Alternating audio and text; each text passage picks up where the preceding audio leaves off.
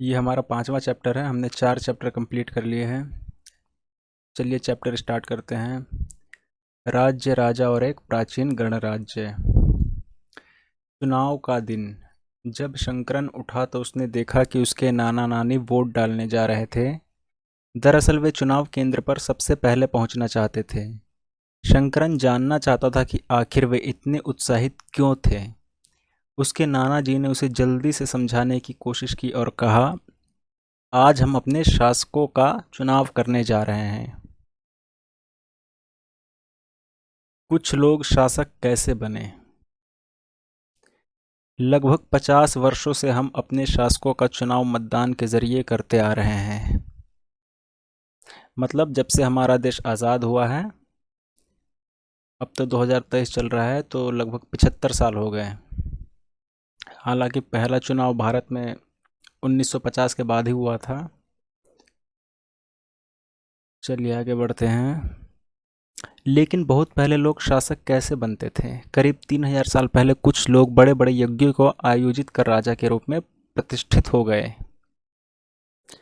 मतलब कुछ बड़े बड़े लोग थे, वो बड़े बड़े यज्ञ किए और राजा के रूप में प्रतिष्ठित हो गए लगभग 3000 साल पहले। अश्वमेध यज्ञ नाम सुना होगा आपने। ऐसा ही एक आयोजन था। इसमें एक घोड़े को राजा के लोगों की देख रेख में स्वतंत्र विचरण के लिए छोड़ दिया जाता था। मतलब एक राजा राजा के लोगों के देख रेख में उसे मतलब खुला छोड़ देते घूमने के लिए घोड़े को। इस घोड़े को किसी दूसरे राजा ने रोका तो उसे वहां अश्वमेध यज्ञ करने वाले राजा से लड़ाई करनी पड़ती थी।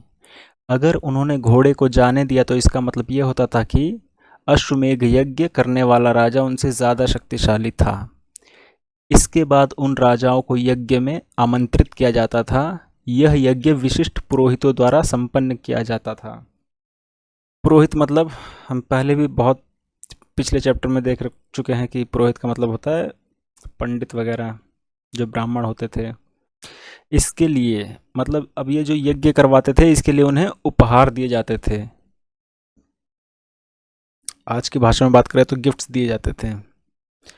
अश्वमेध यज्ञ करने वाला राजा बहुत शक्तिशाली माना जाता था। यज्ञ में आमंत्रित सभी राजा उसके लिए उपहार लाते थे। इन सभी आयोजनों में राजा का मुख्य स्थान होता था। उसे राज सिंहासन या बाघ की खाल के एक विशेष आसन पर बिठाया जाता था। युद्ध क्षेत्र में राजा का सारथी ही उसका सहचर होता था। अब युद्ध क्षेत्र में मतलब जहाँ जब ये युद्ध में जाते थे तो उनका सारथी मतलब कि जो रथ चलाता है वही उनका सहचर होता था। यज्ञ के अवसर पर वह राजा की विजयों तथा अन्य गुणों का गुणगान करता था। राजा के सगे संबंधी खासकर उसकी रानियों तथा पुत्रों को भी कई छोटे छोटे अनुष्ठान करने होते थे, मतलब छोटे मोटे पूजा पाठ। अन्य सारे आमंत्रित राजाओं का काम सिर्फ बैठकर यज्ञ की पूरी प्रक्रिया को देखना भर था। राजा के ऊपर पुरोहित पवित्र जल के छिड़काव के साथ साथ अन्य कई अनुष्ठान करता था। विष अथवा वैश्य जैसे सामान्य लोग उपहार लाते थे, जिन्हें पुरोहित शूद्र मानते थे। उन्हें कई अनुष्ठानों में शामिल नहीं किया जाता था। अब उस समय एक वर्ण व्यवस्था थी समाज में। उस समय 4 सामाजिक वर्ग थे, ब्राह्मण, क्षत्रिय, वैश्य एवं शूद्र। ब्राह्मणों का काम वेदों का अध्ययन, अध्यापन और यज्ञ करना था, जिनके लिए उन्हें उपहार मिलता था। क्षत्रियों का काम युद्ध करना और लोगों की रक्षा करना था। वैश्यों के काम खेती, पशुपालन तथा व्यापार थे। शूद्रों का काम था अन्य तीनों वर्गों की सेवा करना, मतलब ब्राह्मण, क्षत्रिय और वैश्यों की सेवा करना शूद्रों का काम था। अब आते हैं जनपद पे। महायज्ञों को करने वाले राजा अब जन के राजा ना होकर जनपदों के राजा माने जाने लगे। जनपद का शाब्दिक अर्थ है जन के बसने की जगह। कुछ महत्वपूर्ण जनपद मानचित्र 4 में दिखाए गए हैं। अभी हम ये देखेंगे, जनपद और महाजनपद भी देखेंगे। पुरातत्वविदों ने इन जनपदों की एक कई बस्तियों की खुदाई की है। दिल्ली में पुराना किला, यूपी में, उत्तर प्रदेश में मेरठ मेरठ के पास हस्तिनापुर और एटा के पास अंतरजी खेड़ा इनमें प्रमुख है। खुदाई से पता चला है कि लोग झोपड़ियों में रहते थे और मवेशियों तथा अन्य जानवरों को पालते थे। वे चावल, गेहूं, धान, जौ, दालें, गन्ना, तिल तथा सरसों जैसी फसलें उगाते थे। अब ये जो पुरातत्वविद थे, इन्होंने इन जनपदों में कई बस्तियों की खुदाई की है, जिनमें पुराना किला दिल्ली का, यूपी के मेरठ के पास हस्तिनापुर और एटा के पास अंतरजी खेड़ा इनमें प्रमुख है। अब इन खुदाई से पता चलता है कि उस समय लोग झोपड़ियों में रहते थे, मवेशियों तथा अन्य जानवरों को पालते थे तथा चावल, गेहूं, धान, जौ, दालें, गन्ना, तिल तथा सरसों जैसी फसलें उगाते थे। अब इनमें लोग मिट्टी के बर्तन भी बनाते थे। इनमें कुछ धूसर और कुछ लाल रंग के होते थे। ये एक चित्र दिया गया है, ये धूसर है। इस तरह के पात्रों में ज़्यादातर थालियाँ और कटोरियाँ ही मिली है। ये बहुत ही पतली सतह के, सुंदर और चिकने हैं। शायद इसका प्रयोग खास मौक़ों पर महत्वपूर्ण लोगों को भोजन परोसने के लिए किया जाता था। इनमें से कुछ धूसर और कुछ लाल रंग के होते थे। इन पुरास्थलों में कुछ विशेष प्रकार के बर्तन मिले हैं जिन्हें चित्रित धूसर पात्र के रूप में जाना जाता है। जैसा कि इनके नाम से ही स्पष्ट है, इन बर्तनों पर चित्रकारी है। मतलब जिन बर्तनों पर चित्रकारी होती थी उन्हें चित्रित धूसर पात्र के रूप में जाना जाता था। ये आमतौर पर सरल रेखाओं तथा ज्यामितीय आकृति के रूप में है, मतलब ज्योमेट्री। अब महाजनपद, हमने जनपद पढ़ा, अब महाजनपद। करीब 2500 साल पहले कुछ जनपद अधिक महत्वपूर्ण हो गए। इन्हें महाजनपद कहा जाने लगा। मतलब जो जनपद थे वो 2500 साल पहले कुछ ज़्यादा ही इम्पोर्टेंट हो गए, अब उन्हें महाजनपद कहा जाने लगा। अधिकतर महाजनपदों की एक राजधानी होती थी। कई राजधानियों में किलेबंदी की गई थी, अर्थात इनके चारों ओर लकड़ी, ईंट या पत्थर की ऊंची दीवारें बनाई जाती थी। अब इन महाजनपदों के चारों ओर बड़ी बड़ी दीवारें बनाई जाती थी सुरक्षा के लिए। अब ये देखिए, ये जनपद और महाजनपद है। वैशाली, मगध, उज्जैन, हस्तिनापुर, ये सारे महाजनपद हैं। वज्जी, अंग, अवंती, पांचाल, कौशल, ये सारे जनपद हैं।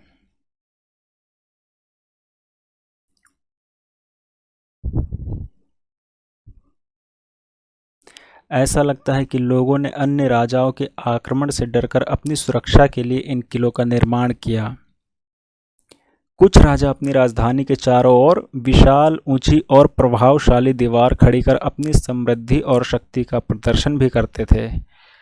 अभी इन महाजनपदों के चारों ओर दीवारें क्यों बनवाते थे? या तो सुरक्षा की दृष्टि से, या फिर अपनी समृद्धि दिखाने के लिए और शक्ति का प्रदर्शन करने के लिए।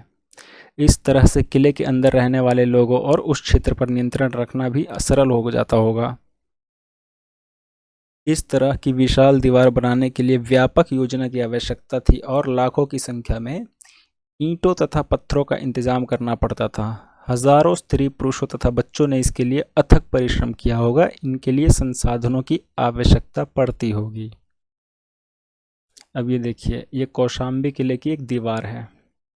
यह चित्र आधुनिक यूपी के इलाहाबाद के पास, अब तो इलाहाबाद का नाम प्रयागराज हो गया है। अब ये ईंट की दीवार का एक अवशेष है। इसका निर्माण संभवतः, मतलब अनुमान लगाया गया है कि 2500 साल पहले हुआ था।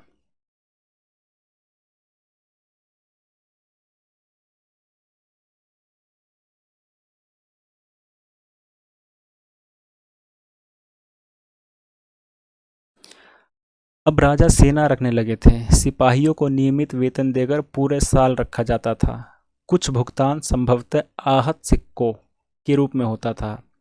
अब इन सेनाओं को जो तनख्वाह या फिर भुगतान दिए जाते थे वो एक सिक्कों के रूप में होता था, जिसे आहत सिक्के कहते हैं।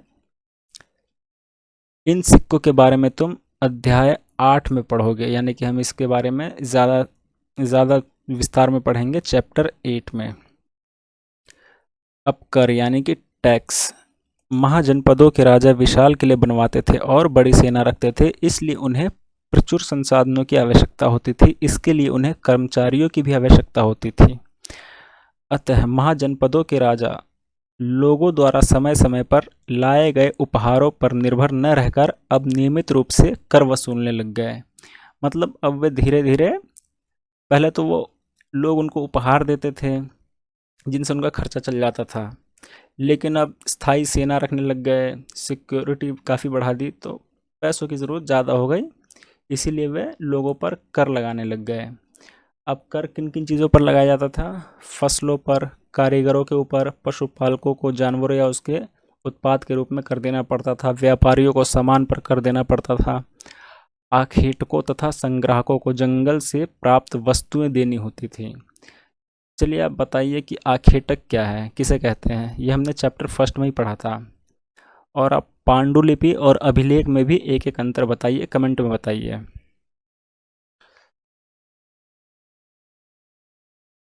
कृषि में परिवर्तन।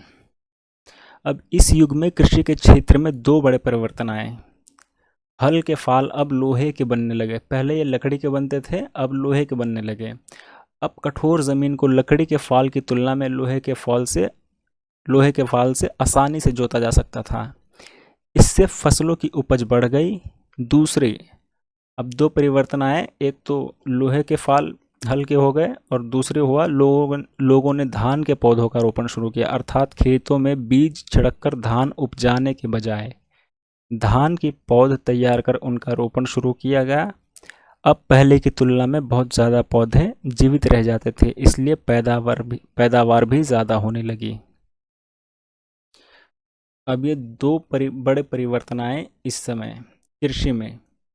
पहले तो लकड़ी के फाल की जगह हल में लोहे के फाल आ गए, जिससे कि कठोर ज़मीन को भी आसानी से जोता जा सकता था। और दूसरा, धान की पौध तैयार कर उनका रोपण शुरू किया गया। अब पहले की तुलना में बहुत ज़्यादा पौधे जीवित रह जाते थे, इसलिए पैदावार भी ज़्यादा होने लगी। अब जो हमने महाजनपद देखा था, उनमें एक महत्वपूर्ण महाजनपद मगध भी था। लगभग 200 सालों के भीतर मगध सबसे महत्वपूर्ण जनपद बन गया। अब ये किन नदियों के पास था? गंगा और सोन जैसी नदियाँ मगध से होकर बहती थी। गंगा और सोन नदी। अब ये उस समय का मगध आज के वर्तमान बिहार में है। ये यातायात, जल वितरण और ज़मीन को उपजाऊ बनाने के लिए महत्वपूर्ण थी। क्या चीज़? गंगा और सोन जैसी नदियाँ। मगध महाजनपद में नदियाँ थी, जंगल थे, जिनसे रिसोर्सेस काफ़ी ज़्यादा थे, इसलिए काफ़ी फला फूला भी। अब नदियों के द्वारा एक जगह से दूसरी जगह जा सकते थे, जल था, ज़मीन उपजाऊ थी। मगध का एक हिस्सा जंगलों से भरा था। इन जंगलों में रहने वाले हाथियों को पकड़कर और उन्हें प्रशिक्षित कर सेना के काम में लगाया जाता था। यही नहीं, जंगलों से घर, गाड़ियाँ तथा रथ बनाने के लिए लकड़ी मिलती थी। इसके अलावा इस क्षेत्र में लौह अयस्क की खदानें हैं। मजबूत औजार और हथियार बनाने के लिए ये बहुत उपयोगी थे। अब मगध इतना ज़्यादा महत्वपूर्ण क्यों हो गया, क्यों इतना शक्तिशाली हो गया? क्योंकि इनके पास काफ़ी रिसोर्सेज थे। वहाँ जंगल था, नदी था, जो कि काफ़ी महत्वपूर्ण थे। जंगलों से वह हाथियाँ ला सकते थे, लकड़ियाँ वगैरह की कमी नहीं थी, जिनसे घर, गाड़ियाँ तथा रथ बनाने के लिए लकड़ी मिल जाती थी। और यहाँ पे लौह अयस्क काफ़ी ज़्यादा थी, मतलब उनकी खदानें थी जिनसे कि हथियार बनाए जा सकते थे। मगध में दो बहुत ही शक्तिशाली शासक, बिंबिसार तथा अजातशत्रु, ये हुए हैं। अन्य जनपदों को जीतने के लिए ये हर संभव साधन अपनाते थे। हम आगे के चैप्टर में या फिर आगे के क्लास में इनको काफ़ी विस्तार से पढ़ेंगे, मतलब काफ़ी डिटेल में पढ़ेंगे। महापद्मनंद और एक महत्वपूर्ण शासक थे। अब एक महापद्मनंद भी एक शासक थे, ये भी बहुत महत्वपूर्ण थे। उन्होंने अपने नियंत्रण का क्षेत्र इस उपमहाद्वीप के उत्तर पश्चिमी भाग तक फैला लिया था। बिहार में राजगृह, आधुनिक राजगीर, कई सालों तक मगध की राजधानी बनी रही। बाद में पाटलिपुत्र, जो कि आज का पटना है, ये मगध की राजधानी बनाई गई। ये सारे इम्पोर्टेंट हैं। मगध महाजनपद बहुत ज़्यादा इम्पोर्टेंट हैं और ये इनसे कई बार क्वेश्चन पूछ लिए जाते हैं। 2300 साल से भी पहले की बात है। मैसिडोनिया का राजा सिकंदर विश्व विजय करना चाहता था। कहाँ का? मैसिडोनिया का राजा, जिसका नाम सिकंदर था। मतलब वो पूरी दुनिया पर विजय करना चाहता था। कब की बात है? 2300 साल पहले। पूरी तरह सफल न होने पर भी वह मिस्र और पश्चिमी एशिया के कुछ राज्यों को जीतता हुआ भारतीय उपमहाद्वीप में व्यास नदी के किनारे तक पहुंच गया। चलिए एक बार देखते हैं, व्यास नदी था मैप में।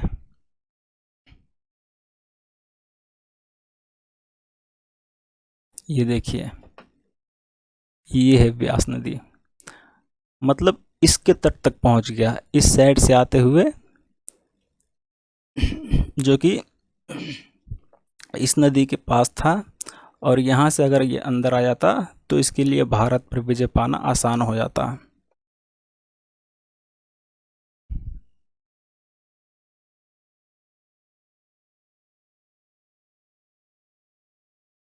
पूरी तरह सफल न होने पर भी वह मिस्र और पश्चिमी एशिया के कुछ राज्यों को जीतता हुआ भारतीय उपमहाद्वीप में व्यास नदी के किनारे तक पहुंच गया। जब उसने मगध की ओर कूच करना चाहा तो उसके सिपाहियों ने इनकार कर दिया। वे इस बात से भयभीत थे कि भारत के शासकों के पास पैदल रथ और हाथियों की बहुत बड़ी सेना थी। अब वो मगध पे हमला करना चाहता था, लेकिन उसी के सिपाहियों ने मना कर दिया। मतलब उनको इस बात से काफ़ी डर था कि भारत के शासकों के पास पैदल रथ और हाथियों की बहुत बड़ी सेना थी।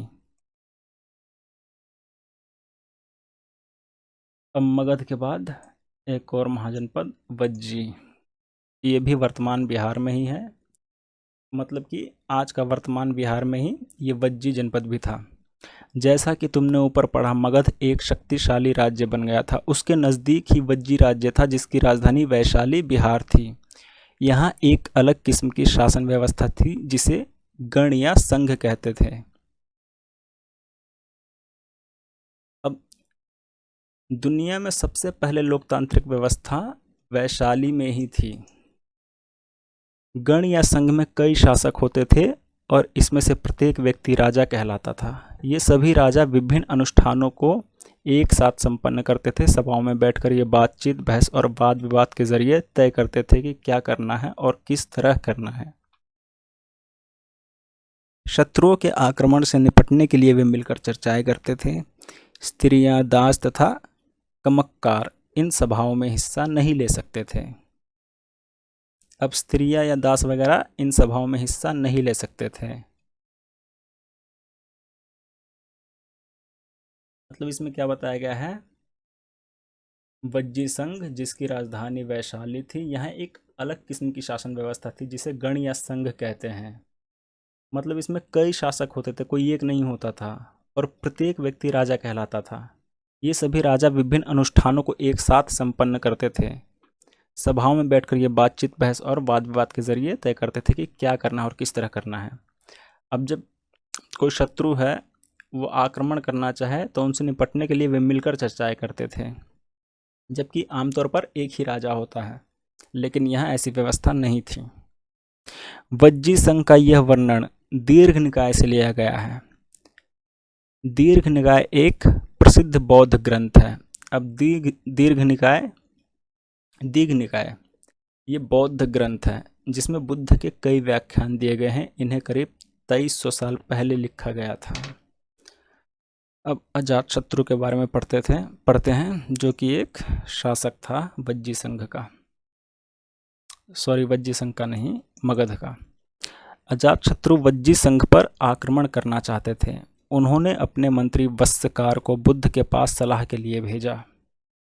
बुद्ध ने उनसे पूछा कि क्या वज्जी सभाएं नियमित रूप से होती हैं तथा उनमें सभी सदस्य उपस्थित होते हैं। जब उन्हें पता चला कि ऐसा होता है तो उन्होंने कहा कि वज्जीवासी तब तक उन्नति करते रहेंगे जब तक वे पूर्ण और नियमित सभाएं करते रहेंगे, आपस में मिलजुल कर काम करते रहेंगे, पारंपरिक नियमों का पालन करते रहेंगे, बड़ों का सम्मान, समर्थन और उनकी बातों पर ध्यान देते रहेंगे। वज्जी महिलाओं के साथ जोर ज़बरदस्ती नहीं करेंगे और उन्हें बंधक नहीं बनाएंगे। शहरों तथा गांवों में चैत्यों का रख रखाव करेंगे। विभिन्न मतावलंबी संतों का सम्मान करेंगे और उनके आने या जाने पर कोई रोक नहीं लगाएंगे। मतलब बुद्ध ने कहा कि ये तब तक शासन करते रहेंगे वज्जीवासी, वज्जी के लोग, उनके राजा, जब तक कि वो ये सारी चीज़ें नियमित रूप से करते रहेंगे। कई शक्तिशाली राजा इन संघों को जीतना चाहते थे। इसके बावजूद उनका राज्य अब से लगभग 1500 साल पहले तक चलता रहा। उसके बाद गुप्त शासकों ने गण और संघ पर विजय प्राप्त कर उन्हें अपने राज्य में शामिल कर लिया। अब इसके बारे में हम डिटेल में पढ़ेंगे चैप्टर 9 में। तो हमारा चैप्टर 5 भी ख़त्म हो गया। हमने ये सारे शब्द देखे। राजा अश्वमेघ, ये एक यज्ञ होता था। राजा तो आप लोगों के बारे में पता ही है। वर्ण मैंने बताया था, जो वर्ण व्यवस्था थी समाज में उस समय। जनपद, महाजनपद, किलेबंदी, सेना, कर यानी कि टैक्स, पौधरोपण मतलब कि जो धान को पौधरोपण करते थे, गण अथवा संघ जो कि वैशाली की एक सामाजिक व्यवस्था थी जिसमें कई सारे राजा होते थे।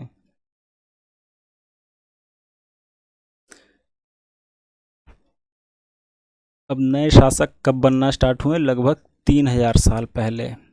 महाजनपद भी लगभग 3000 साल पहले बनने स्टार्ट हुए। सिकंदर का आक्रमण लगभग 2300 साल पहले हुआ। गण या संघ राज्यों का अंत लगभग 1500 साल पहले हुआ।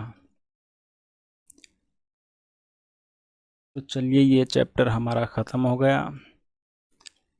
अब हम अगली वीडियो में चैप्टर 6 देखेंगे। अगर आपको वीडियो अच्छी लगती है तो प्लीज़ लाइक ज़रूर करें और चैनल को सब्सक्राइब कर लें, इससे आपको आने वाली वीडियो की नोटिफिकेशन मिल जाएंगी।